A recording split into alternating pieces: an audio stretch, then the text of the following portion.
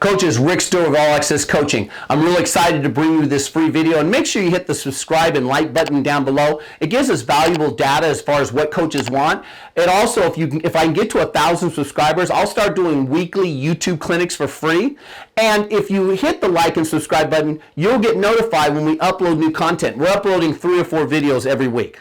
G-Belly, we call it down again because the team I'm with now, we took the option stuff and the wing T stuff and blended it together. So we're a lot like Army, I guess, if you really boil us down. But we call it down because it's more of a wing T type history for us. So the play side A, we move our A backs around a lot, right? So you'll see on film here in a little bit, our play side A is attached to the tight end, and sometimes he's attached to the tackle.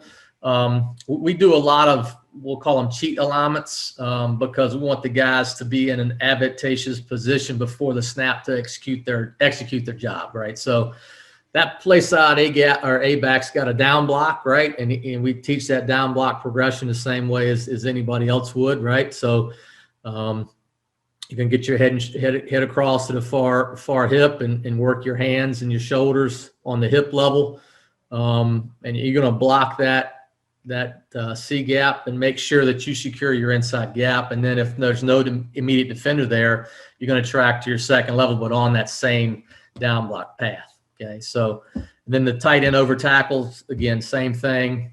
You're going to block down to secure your inside gap, no immediate defender, then you'll climb second level. And then your play side tackle, again, the same thing. So you get the same techniques that for those 3 positions. So when you're teaching an individual, you can roll those guys through and they can get all those same reps. Play side guard, we typically pull our guys a lot like we do with trap. In other words, our first step's going to go right to the midline of the adjacent lineman, right? So that'd be the tackle for us on this play.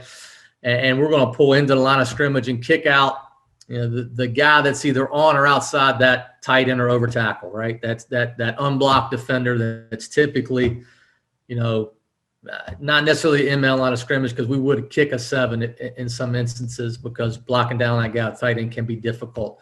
And we just, again, we're going through this with our guys. We just remember, if we pull right, we hit with the right shoulder, we want to dig that guy out, unless we have to log, which I have a couple reps of that. And if we pull left, we block the left shoulder.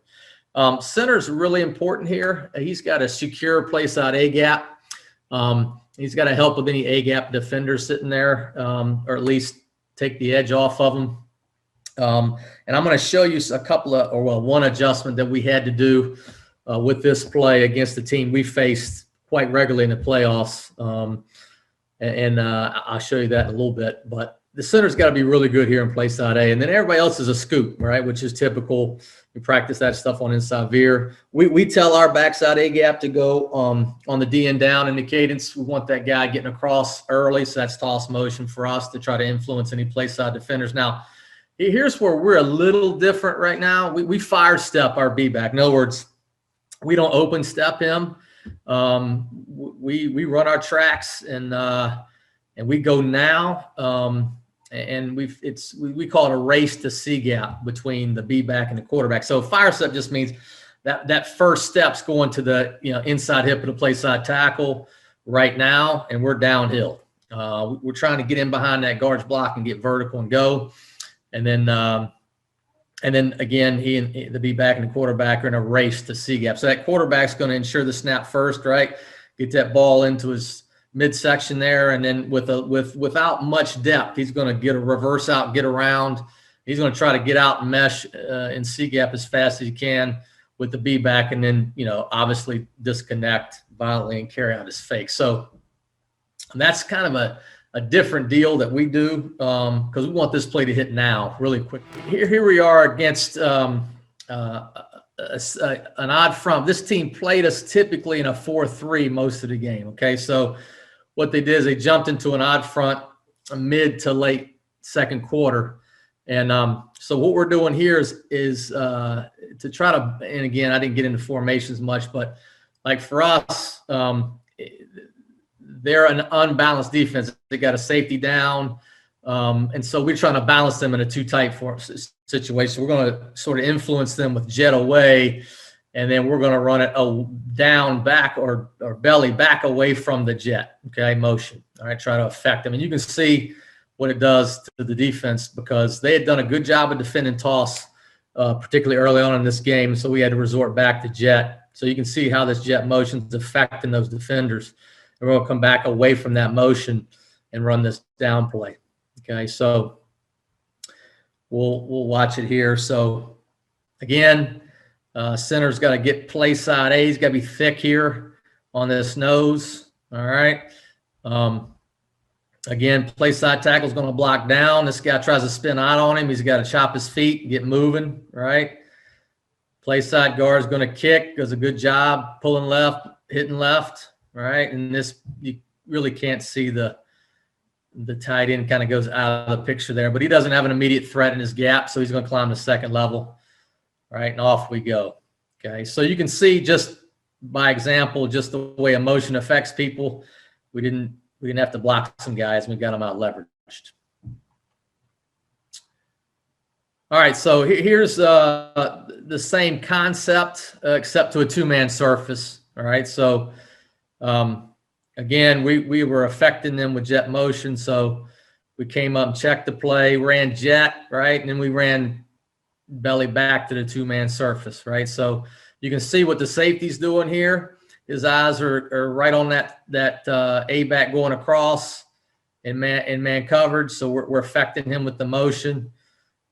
We block down, and this time they spill us, right? So this outside linebacker coming in here is going to spill to try to take away and make the ball bounce, which we do a good job of logging, getting that butt around, right? Staying on tracks, getting that butt around, and then our B-back sees that log play and makes the adjustment and bounces it, okay? But the motion really helps us here post-snap, okay?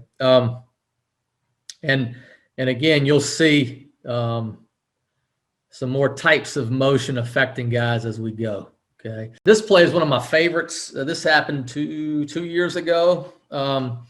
We're running it to the right here, and you'll see, let me just take this to the end zone copy. You'll see this play, right? So again, typical stuff, right? We're going to block down on that 2 technique as best we can.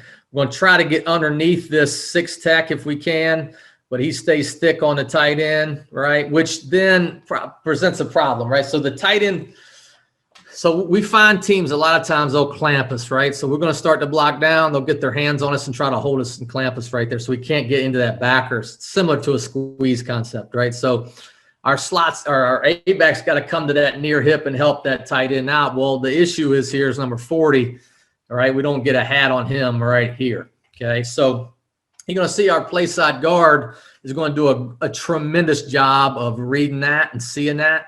Okay, when he goes to pull, his eyes are looking right off the hip of that play side A right here. Okay, there's no one there on the line of scrimmage, right? So he adjusts quickly on the wrap to see that guy coming through. Does a great job digging this backer out, and off we go. And that kid at that time was just a sophomore. Great kid, great play. But anyway, you can see our fullback fire steps this, and it's a race. It's a race, man. It is a race to C gap. And again, this is kind of contrary to what you saw last night as far as the open steps and reading it. We just like to get after on this play and it's like an attitude play for us. All right, so here we are with a more of like a bear look, right? Even though that guy's shaded on the nose, and they're by alignment they're giving us C and B gap in this picture, but we'll just say C gaps. That's where we're going to run, right? So they're giving us that by alignment. We want to be able to take it. All right, so everybody's blocking down, gap, backer, right? So block it down, kick out. We get a good job on that, and off we go. So again, you'll see our center does a good job of getting across the shade's face. We typically give him that block, right? He's got to be able to handle that shade. Now, if that was somebody like a 2-eye or something like that out on the guard, then we do make some calls there, and I'm gonna get to those adjustments later. But But you can see here, he does a pretty good job getting his head across. Against an even front. All right, so 88's a 9 technique. So we're going to block down again. You'll see the wing. Anytime we have a defender lined up on that outside shoulder, that over tackler tight end, our wings kind of snuggle up there. They attach themselves to that over tackler tight end, and they get down inside of that guy as best we can. I want to try to get down inside of that guy because we're going to kick him. So we're going to get down inside of the 9. We're going to kick the 9 out, and this wing's going to end up digging out this play side linebacker, number 4 there for us. And he's going to stay on tracks. He's going to dig out that guy, and then we're off and running. So I wish the end zone copy was a little bit better. It's just a little blurry. I'll run it anyway, though. So, again, our center is going to take the edge off of that, what becomes a 2-eye, right, on the guard. And then, we try to get down inside of any 9 technique with the wing. Coaches, I really hope you got some great information from that YouTube video. Again, hit the subscribe and like button down below. It gives us valuable data. And if I get to 1,000 subscribers, I'll do free YouTube clinics. And you also get notified when I'm doing those YouTube clinics and when I upload new content to this channel. Thanks for watching, coaches.